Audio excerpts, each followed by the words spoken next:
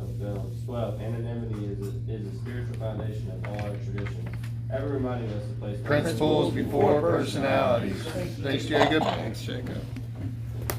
All right, so last week, your fearless leader did step 8 and 9, I believe.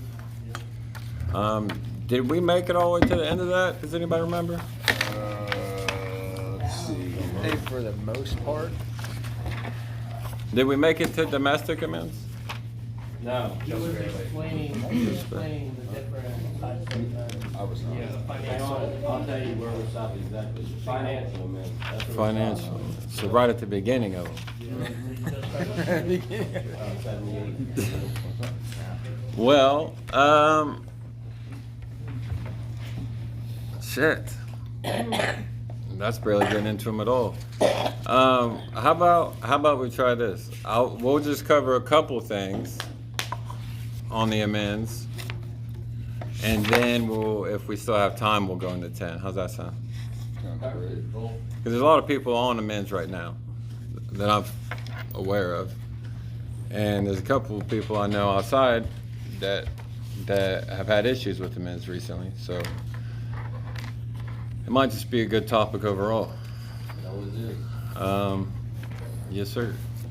Yes, sir. So if we go to page 78,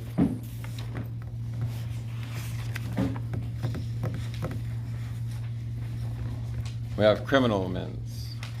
At the bottom of the page, it says, perhaps we have committed a criminal offense.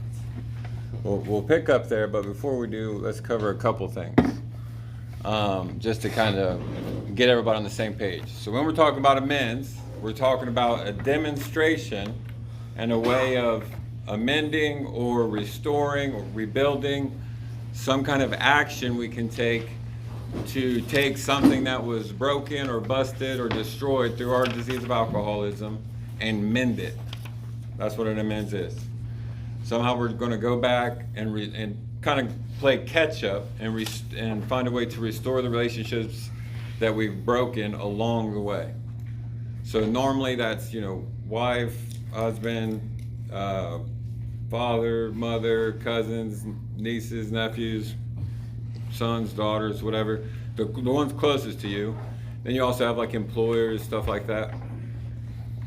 We're going to go back and we're going to perform a demonstration or an action, which is how it describes it on the top of 77, just so I can reference that and I'm not pulling it out of my ass. It says that we have easy amends and hard amends. Easy amends are people who are kind of like our ally in sobriety, people who love us regardless, who kind of watched us get sick, were heartbroken by it, and then somehow we got sober, and then now they just want to see us do well. And then you have the enemies, the people who didn't like you to begin with, don't care that you've gotten sober. Some may wish you that you just die, actually, or are just indifferent, right? So you kind of have these two polarities of people that you're going to go make amends to. It's the general idea on the bottom of 77. It says that. Nevertheless, with a person we dislike, we take the bit in our teeth. It is harder to go to an enemy than to a friend, but we find it much more beneficial to us. We go to him in a helpful and forgiving spirit, confessing our former ill feelings and expressing our regret. Under no condition do we criticize such a person or argue. So, in another part of the book, it says we avoid fault finding like the plague. Same general spirit here: patience, kindness, tolerance. That's the idea we're looking for. One of the reasons why it says that it may be more beneficial to go to an enemy rather than a friend is because they're more than likely, on average, probably more likely to hold you to a standard. Actually ask for you to pay them back, rather than family's going to be like, oh no, just stay sober and don't rob me anymore. Whereas somebody who isn't friendly to you is going to be like, nah, I need that back. I need you to give me that now, actually. But so there's kind of two endpoints there. The types of amends that are described in the book are general amends on 77, financial amends on 78, criminal amends at the bottom of 78. Everybody see that? Most alcoholics owe money, single paragraph, financial amends. Perhaps you've committed a criminal offense, criminal amends. Bottom of 80 says the chances are that we have domestic troubles. Bottom of the page, Yeah. domestic amends. That lasts all the way to 83. 83, there may be some wrongs we can never fully right. We call that unfinished amends. So the book actually gives us a lot more detail on these amends, spends a lot more time on them. It gives us some real life examples of people going out trying to make those amends. And so it's really helpful. Every time I work the steps with the guy, I'm like, okay, read these pages. I don't always tell a guy to go to these pages and read them. But when it comes to amends, I'm like, get out your book, go to 76, read to 83 or 84. Read it and familiarize yourself with how the amend is explained for each separate category before you sit down in prayer and meditation and try to go over those and write those out yourself so you can get an idea of what we're looking for. At the top of 80, it gives us a couple guidelines, or like a framework, along with a prayer to help kind of sort these amends out. So it says, before taking drastic action, that means going out and making the amends, which might implicate other people, we secure their consent. If we have obtained permission, have consulted with others, ask God to help, and the drastic step is indicated, we must not shrink. As a rule of thumb, we want to have an action in mind, jot that down, go to our sponsor, talk to him about it, review it. If he says that it's good, maybe he thinks has a suggestion on how you could maybe tweak it, make it a little more productive, then take that into consideration, maybe do it. And then if the action that's indicated is something that sounds difficult for you to do, then pray, just like step 8 says, we ask for the willingness. Maybe go refresh yourself with that step, ask for the willingness, and then go out and make that amends. If it's necessary, we must do it. It says we must not shrink.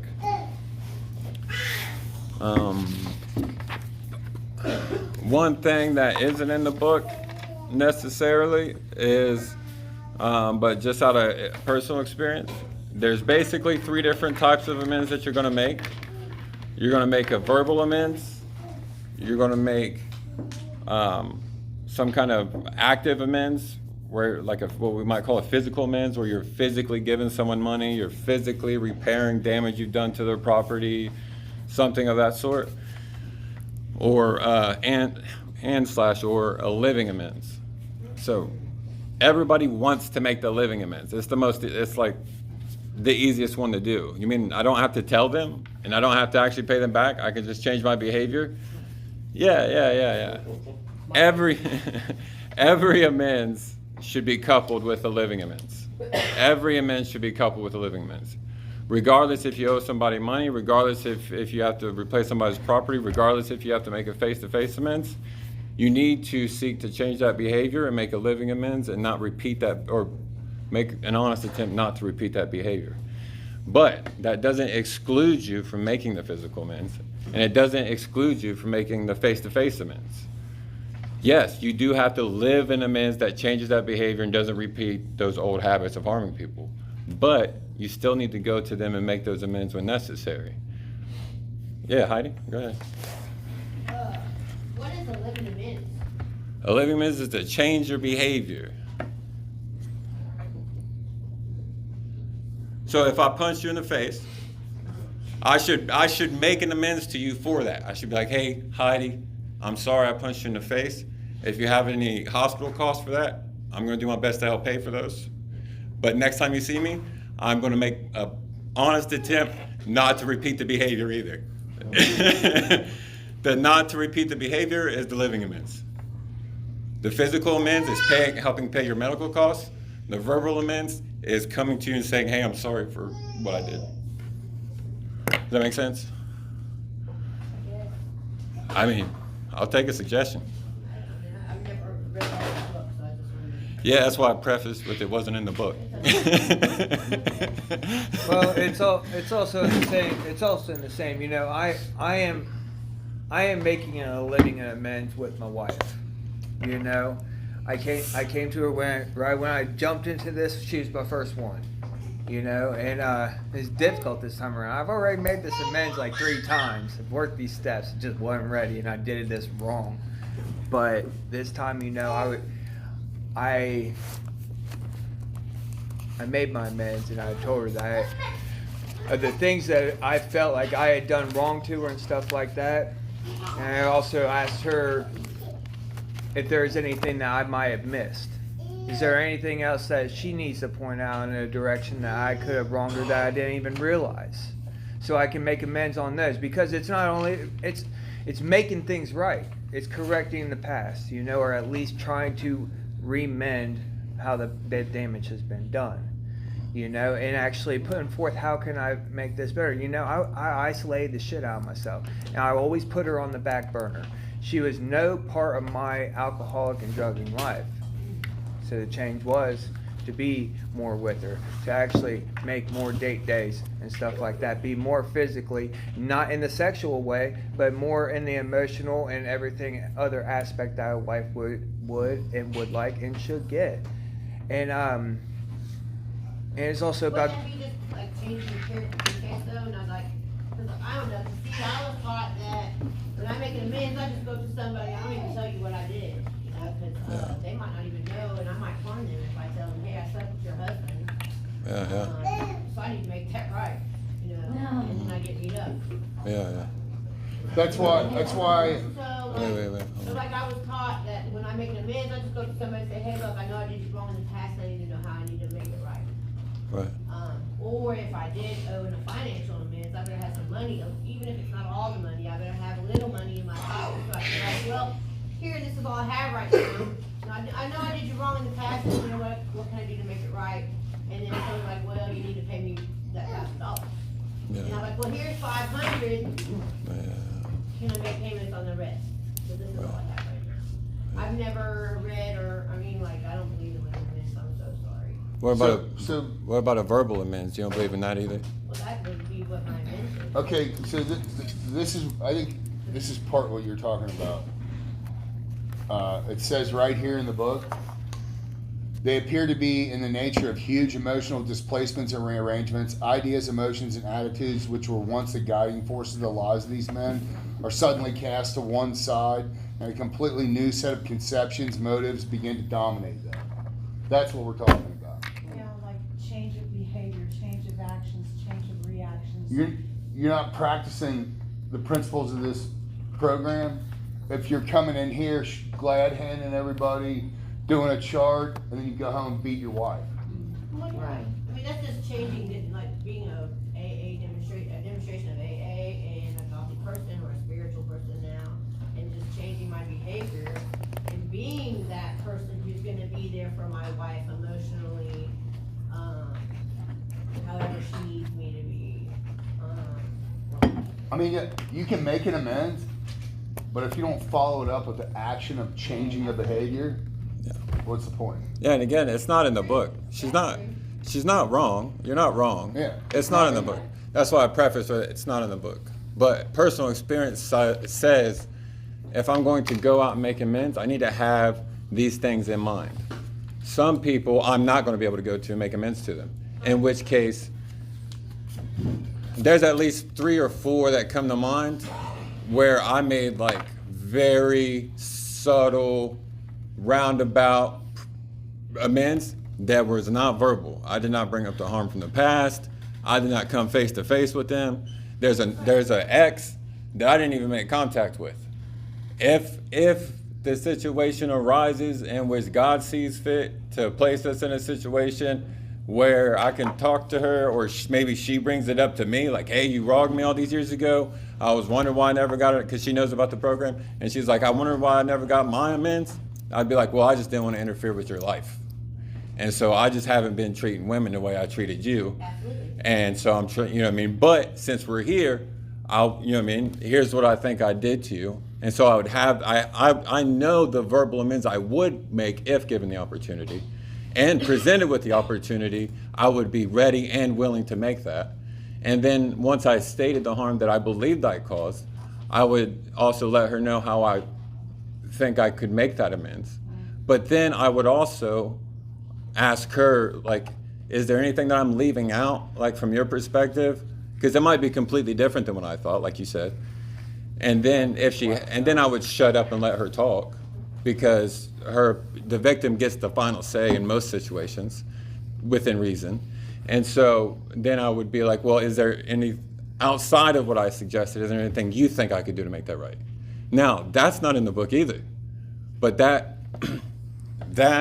kind of example, though not formalized in the literature, is still the experience of the fellowship over the course of thousands of amends. And so my sponsor laying that out to me, like this is like the format of how you could kind of, that's like the structure of it. Why wouldn't I give that to somebody else to say, here's the structure that was passed to me, perhaps it'll be helpful to you as well. Some amends that could be made, It's true. like my son. Wait, Sharon. I was just gonna ask, so making amends, is that the same thing as forgiving somebody? No, and this is in the literature. This is not about forgiveness. It's not about forgiveness at all. What's the difference? Okay, That's so what I'm asking. so forgiveness is something, and I don't want to get religious, right? But I mean, this could technically be rolled into a theological argument, I reckon. But in the literature, right? I gave a lead one time in Fairborn, and I made this statement, and most people looked at me like y'all looking at me now. It's not about forgiveness, and then everybody looks at me like this. So the next morning in the daily reflections, there was a quote from Asbel Caesar from one of his letters, where he says specifically, and I could, if we have a daily reflection, I can pull that up for you. He says, forgiveness is not something that we dish out. What we do is try to find it within ourselves to accept those people for who they are and where they're at. And by accepting them for who they are and where they're at, you can call it forgiveness, but I'm not in a position to forgive you for anything. I'm in a position as somebody who's sick and suffering, who's committed a lot of harm.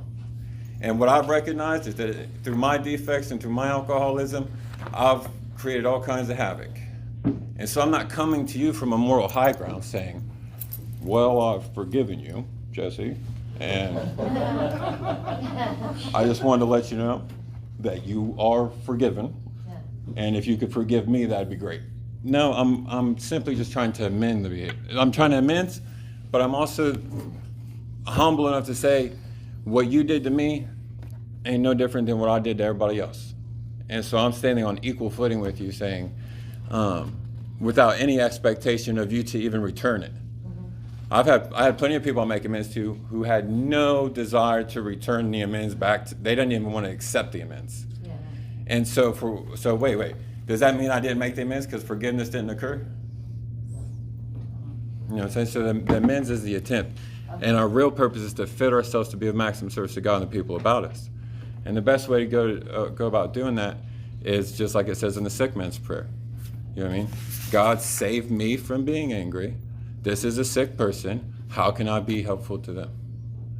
And if the only way I can be helpful to this person is when they tell me to get away from them, never be in their presence again, then I'm gonna do the best I can to get away from you and never be in your presence again. Because we've had guys who've gotten cops called on them. We've had guys who've gotten restraining orders called on them because they go in there expecting forgiveness, and what the person met them with was anger and violence. So what do you know? We got to be cautious. That's why I referenced the top of 80 before we take drastic action, which especially in this specific scenario, which may implicate somebody else if you did something with somebody else. And I would think even importantly, if you did something, okay, say I did something to Myra, and this was 20 plus years ago. Now, what I did to her was a felony, okay? Now, she's since moved on with her life. Now I'm trying to get sober, okay? To make amends to her, do I go up to the police and make a confession saying that I did this thing to Myra 20 years ago? I could, but then I would pull Myra out of her life that she's tried to move forward in, drag her in front of a court system that she may not want anything to do with, out and away from her family that she's tried everything to establish and hasn't told us to. Perhaps I should go to her first and try to make amends, if within reason, and then ask her if she would like me to go to the police and turn myself in. I had a guy who kidnapped somebody. Okay, this woman knew it was him and ignored it. She was older, he was younger. She had feelings for him, whatever. He was in active addiction. He was kind of in a blackout, in and out. And him and his buddies went, and she was basically his sugar mama. And they kidnapped her, they tied her up in front of her daughter, tied her daughter up, and then got money out of her husband. Okay? Ransom. Yeah. Now, she knew it was him. Right. It wasn't hard for her to figure it out. He has very specific tattoos. She has a very specific voice that she knows. And she's sick in her own way. So what I'm getting at is this. When it came time for him to make amends, he was freaking out. How do I make amends to this woman that I kidnapped? I held her ransom in front of her daughter. And it's like, okay, let's be reasonable about this. First off, are you willing to go to any length to make this amends? If it means you got to turn yourself in, if it means you got to throw yourself on the funeral pyre, whatever, to make a martyr, would you? And he's like, yes, 100%. I'll do whatever it takes. I don't want to drink again. I want to work all my steps completely. I'm like, okay, that's where we start. Now, let level heads prevail. If I can contact somebody else in the fellowship, I don't just sponsor guys, I'm sponsored. And my sponsor has a sponsor. And my sponsor is like 82. And he's sponsored hundreds of guys, okay? So I don't have to rely on my own understanding to figure this out. I can just ask, I just asked him, I was like, do you mind if I get a hold of my sponsor about this? And he was like, yeah. And so I call him, I put him on speakerphone. I say, hey, I'm here with the guy. This is what he did. What do you think we should do? He gave us a couple of suggestions, a couple of different options. He listened to him, I listened to him. I said, thank you very much. We hung up the phone, we discussed it, and we ended up deciding on something that left her out of it. And direct amends. Yeah, we left the direct, confrontation amends, where he would have knocked on her door and be like, hey, I know you have a family and everything, and they didn't know you were paying me and on the side, and then I did all this. He left that out for now, and then left the door open for a future scenario in which maybe she does reach out, like, hey, I need some resolution in this. In which case, he would do exactly what she asked, within reason, of course, like we said. So. And also, God is in the play of all of this. I mean, he is setting absolutely everything up for all this to work out the way it needs to be done. And a lot of times, I tried going and making amends with my father, but I was incapable. I spoke to he was down in Florida, I was up here in Wilmington, and my dad was in stage 4 lung cancer, double pneumonia, and I was unsure because I wanted to make a personal direct amends to him, and I didn't know how. And my sponsor, there's so many things that this could go about, but my sponsor, he prayed on it, we prayed on it, we talked it through and stuff like that. And then on top of that, he came back to me about a couple days later. He said, my wife and I prayed through this. We feel like this is necessary. God is telling us to do so. I don't have money, but I'm willing to give you $500 to go down there. $500 to take care of your family while you're down there. Mm-hmm. And then you can go down there and you don't have to worry about anything at home and stuff like that. And I go down there and I go to make amends to my father, but it wasn't about me making the amends. God worked it out another way. My father is the one that needed to make the amends. And it settled so much stuff that I was harboring feelings about and stuff like that. And God made it possible, made it all clear to where my father was able to make amends to me. And it Before was he just in a passed. matter of time, because 2 weeks later he passed away. And I would never have been able to make a direct amends. Oh, yeah. So, I mean, like, God works in mysterious ways, in ways that we don't know what's going to happen, but it's going to happen the way it needs to happen. And we just have to have faith and do what we need to do the best way we know how. Yeah. Yeah. All right, I have a question. No, go for it. Thank So- you, by the way. So it says here, right, that there may be some wrongs we can never fully right. We don't worry about them. If we can honestly say to ourselves, we would right them if we could, right? Yeah, that's on page 83. Yeah. So let's say the person we need to make amends with has passed away Yeah. before we had a chance. Right. Then what? That? What I just read? I mean, because sometimes that might not fill the bill. Yeah, I mean, it's difficult, and this is why the fellowship, the solution's two parts. The solution's both the working of the steps, but it's also the fellowship. The fellowship is our interaction with before we have the solution of our own, we interact with the fellowship. We see people who have already worked the program, and they pass that experience on to us. And so the chain continues. Principles and steps pass from one person to the next. Now, the fellowship's purpose doesn't end there. They're a source of comfort and experience and wisdom that we can rely on. So we can come back to the fellowship whenever in doubt or in indecision and say, like, look, I prayed about it. This is what the book says, at least from what I can tell. What do you think? And when it comes to some of these situations, I mean, I think it's often said in steps 4 and 5 that if there's a name for it, you didn't invent it. So if you think you're going to bring something new into the fellowship that nobody's ever done, if you can put it into words, then there's a name for it, and somebody's already done it. And somebody in the fellowship is going to be familiar with it, right? Similar with amends, I think. If there's a type of amends that's causing you anxiety or stress or whatever, bring that before the fellowship. Of course, reference to literature. Of course, pray about it. But also seek guidance. You know, we like to say iron sharpens iron. We're not alone anymore. If we are alone, it's a choice. So let's, band together and make use of the resources that are available to us, one of which is the fellowship. So, and personal experience, of course. So let's just keep this controversy train running. Let's go to domestic amends.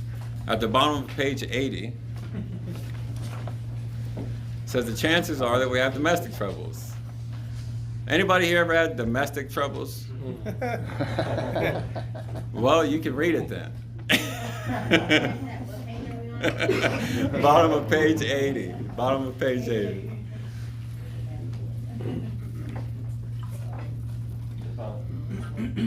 Another book. Here you go. You got it? Do you want me to read? I have a big book. I can You read it. need some cheaters? I do. These are Do you want my book? these are like Coke Now, did bottles. you ask what you do to make an amends to somebody who's dead? Yeah, that's what he was talking about. Kinda. Yeah.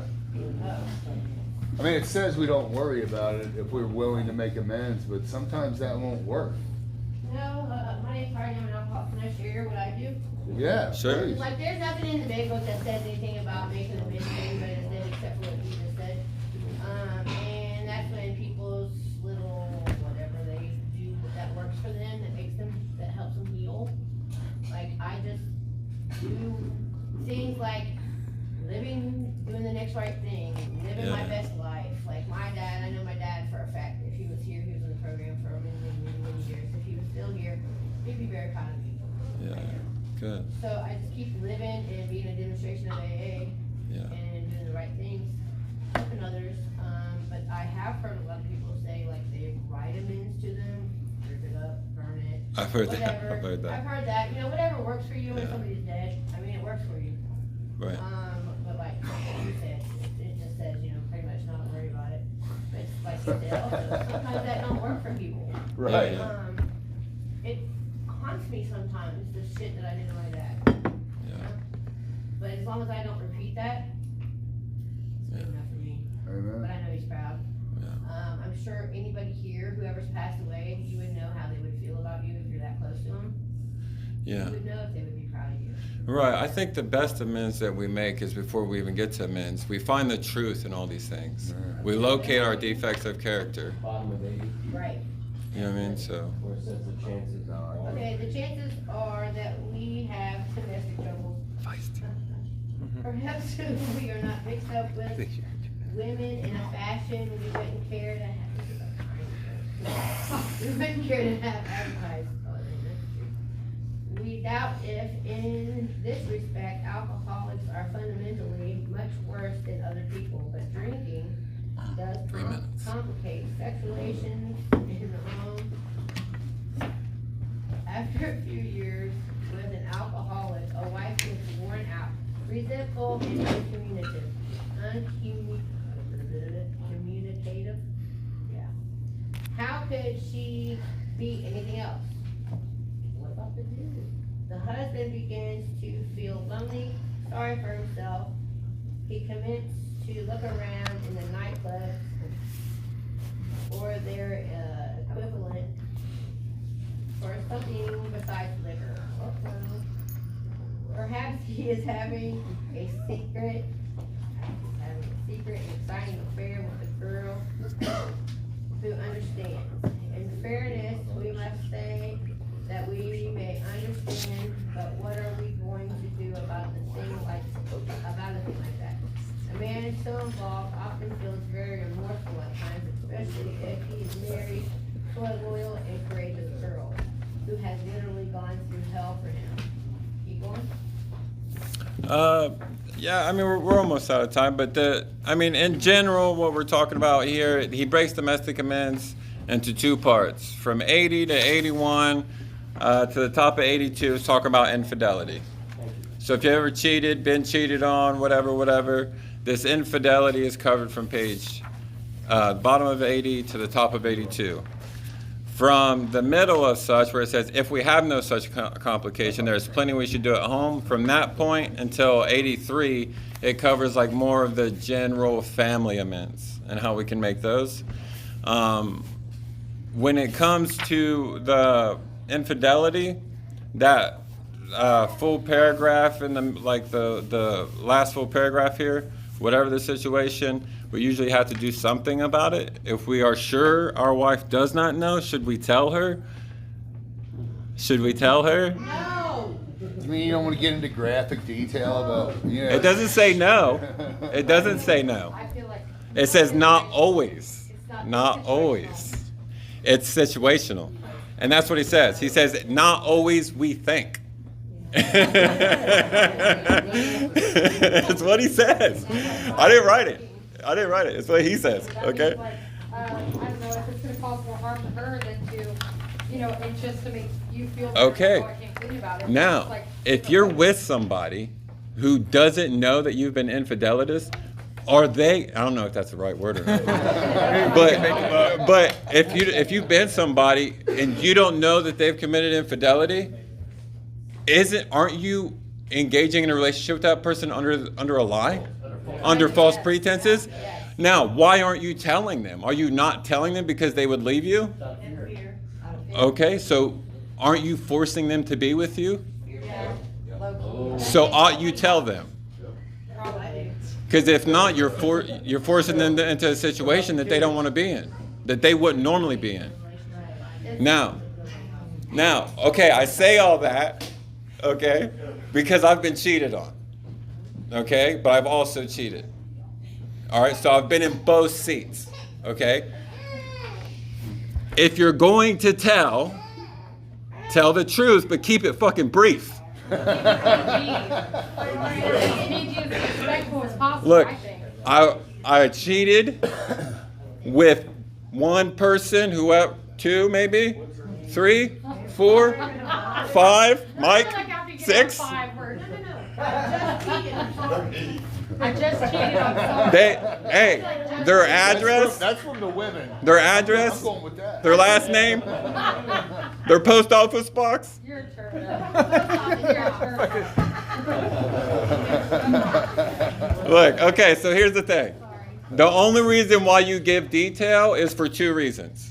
A, you knocked that chick up. Oh, this is that Usher song. You knocked her up, bro. She's gonna have a kid. That's gonna get hairy. You can't be like, I don't know who's. You can't not give detail and then have some random kid show up on your doorstep every other Saturday. You know what I'm saying? Like, hey, I got shared custody of who? You told me you didn't have any kids. Okay, now, on the other hand, if you got an STD, Woo. you need to tell her. You need to tell her so she can get tested. Honestly, bro, I've seen it happen. I might be worse than the pregnancy. She needs to know. Two situations, okay? That's all I got. Two situations. Other than that, keep it generic. Yes, no answers only. I was infidelitous. Are you still cheating? No. Are you going to cheat again? No. She said probably. Look at Seriously, on a serious note, on my perspective, like if they cheated once in my relationship, they're gonna do it again. That's why you tell them. That's why you tell them. That's why I kick them to the curb. You need to give, and that's exactly why you need to give them the right to do that. Her reaction is legitimate, dude. You need to give them the right to kick your ass to the curb. With all your friends. I'm running you over. All right, tell me you were cheated on. Don't tell me you were cheated on. So, all right. So finally, let's close on a good note. Top of 83. Outside of the relationship. Say the relationship ends because you were a cheater and a piece of crap, whatever. She burns your house to the ground, but now you're in a homeless shelter and you got kids. What do you do? Top. At the top of 83, let's go on this. At the top of 83, it says there's a long period of reconstruction ahead. We must take the lead. That means we lead by example. A remorseful mumbling that we are sorry will not fit the bill. We ought to sit down with the family and frankly analyze the past as we now see it. Being very careful not to criticize. Remember, and if you have a family, read family afterwards, please. It's got a lot of good stuff in there. Being careful not, their defects may be glaring, but the chances are that our own actions are partly responsible, so we clean house with the family. And this is our third 9-step prayer. It says, asking each morning in meditation that our Creator show us the way of patience, tolerance, kindliness, and love. The spiritual life is not a theory, we have to live it. And here's on the very good, great note, just on my personal example, because I am doing a living amends with my wife. I had been promiscuous in my past. I have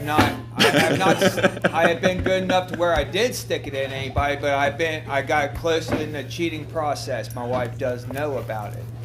But through taking the lead and doing the living amends, reassurance, letting her know that she is the love of my life, and that is true with the one with your hand up. Gonna have to say something else. I'm just playing. But I'm just saying, lost all trust out of me. Been trying to regain it, didn't know if it's going to take me months, years, or so on and so forth. Just last night, she told me that she fully and does trust me in every aspect.